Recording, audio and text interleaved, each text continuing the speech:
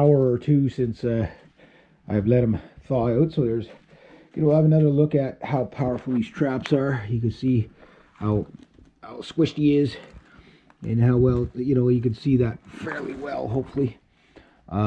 He's still kind of wet. He's a little bit bigger than the other one. So again, the reason why I the reason why I bring the trap home is basically to, that's one, is so that, again, if the fur is frozen to the trap jaw, it doesn't wreck the trap, or won't wreck the trap, sorry, wreck the fur. Okay, so second one, we'll bring out, get our safety. Sometimes you have to move your safeties down so that when you go to redo the safety, it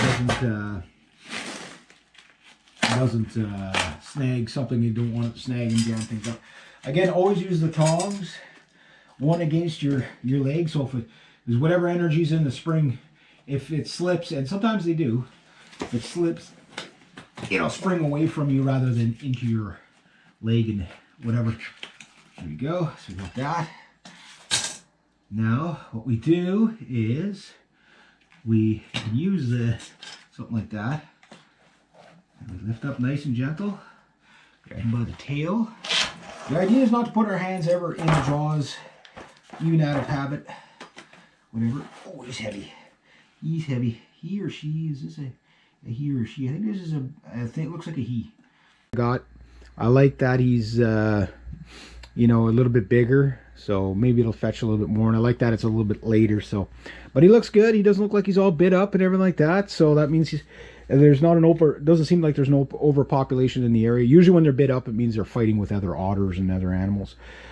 So it does mean they're not an overabundance, and you can't trap out otters anyway, because they don't stay put. This guy, he could travel 10 miles in a day just for fun. Maybe don't brush the knives. You get away from my otter. Look at you big fat stinky face away from my big fat stinky otter. What? He's trying to grab onto the bag. How did he do that? So here's my otter. Looking pretty good. And I'll do the initial cuts like I do. And get your big fat stinky face away from there. And he's kind of a little stiff. But he's not frozen, so that's good. Gotta move some stuff here, gotta watch stuff doesn't come out, but it is a he. Yeah, so I felt there. That it? That should be a he. Yeah, should be a he, so you can see him there. Oh, there's a little bit of ice on there, but he's not bad. We're just gonna kind of get him worked out a bit. You want to make sure nothing is froze on there. The elements. And so I got all my knives here, and we're gonna get this table ready for my otter. All right, so hopefully the camera angle is going down. I got the GoPro angled like this, so it might look a little odd, but that's what I got going on. So I'm gonna start with my good knife. No, I'm gonna start with this. I've done this before, I'm sure. And anyway, I just want to be very careful where I'm gonna go, but go around. It's about 10 after 11. My goal is to finish him within 2 hours if I can. Nice thing about these steel knives is they usually sharpen up really quick. Now this guy hopefully is sharp enough. So what I want to do now is I'm going to split down the tail, but first I got to go from this leg around the anus, this leg around the anus. And you just maybe get them in. What you're trying to do is get them as centered as possible. So watch you don't stab yourself in the process of this, and watch what you stab into, because there's glands and stuff like that. So, oh, that went good. And just go easy so you don't overcut anything. You can kind of pinch back again a little bit. Just be careful, because there's a gland right there, and you don't want that stuff out that early. You don't want to cut into it that early. You know, wait a little bit before you start making mistakes and stuff. So we're gonna. All right, so I'm in there. I mean, what I do is just start to nip, and try not to slip like that. Very hard when he's been dead for a few hours. Try to go down the very center of the tail the best you can. Much easier when you have a tail splitter. So just go nice and slow. Nip it. Don't push too much, because if it comes off the tail, it'll just zip. You got to put a little bit of forward pressure, but very, very little, to stay straight if you're doing it like this. This is the hard way to do it. If you have a tail stripper or a splitter, which is just a little track that this can follow in, life is much easier for you. You see, like, it kind of does that, like it goes, and then make sure your tail's straight so that you're always going straight down the tail, and open it up right to the very extreme end. So being left-handed, right-handed will have its advantages, obviously. Watch your fingers. But the idea is to open up the tail so you can get the tail stripper in there. And yeah, so you just work down. You don't have to go down too far at a time. Just work your way, but always work into the tail and stuff like that. So once you get them opened up a bit, then you can hang them. So like I say, you're always working in. When you get around other areas, it gets a little trickier. But the goal here is to get around the tail as much as possible. You can take one side, work around it. You can try to work around it from both sides. Idea, don't cut into the tail.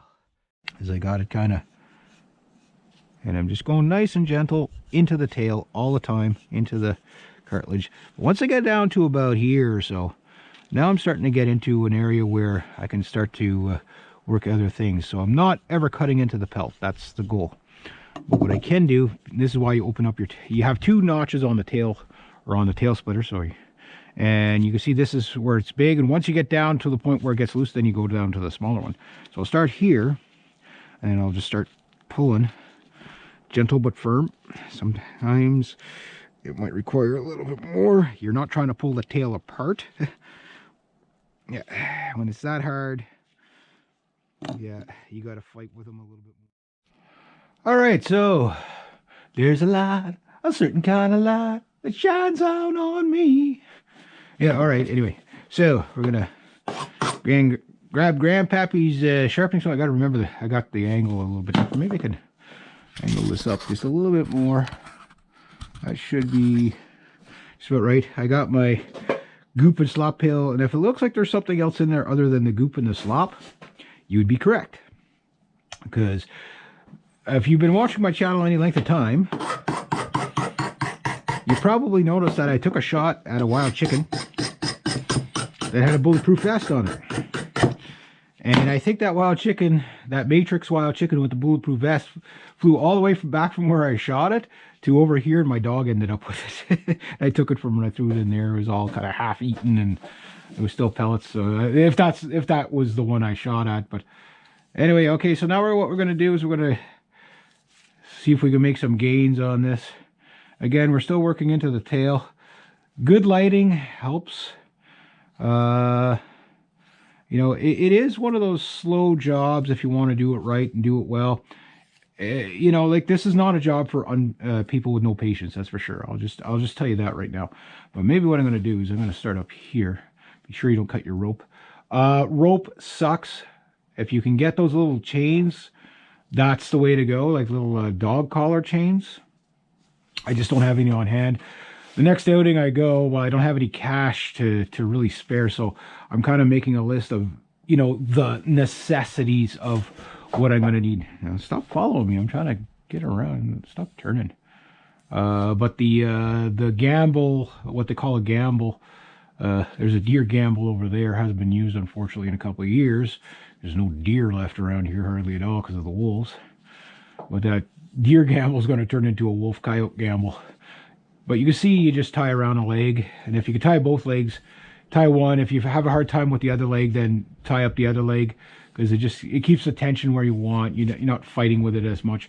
But now the idea here is kind of open them up to the back side and into the front to get this is what you would call a cased pelt. So what you want to do is hopefully the camera's still there. Hopefully I got a good angle here for you.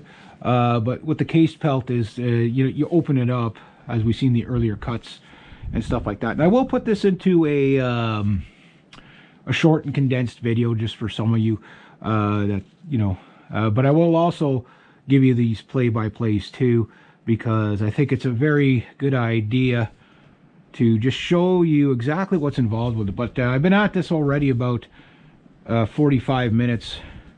Again, if I would have done them yesterday, I'd probably have gotten a little bit further, but this is a slow job, especially the first few of them that you do. The more you do, the quicker it gets, and you know, you start to know where things are on their, so you're not, getting all confused where to cut and where not to cut. So this one's going good so far. So he's not too bad, and you get, don't pull too hard on that. You can get these machines that help to skin them a bit, to pull them down. I don't know. I've got mixed emotions. If you've used them, let us know what you think of them.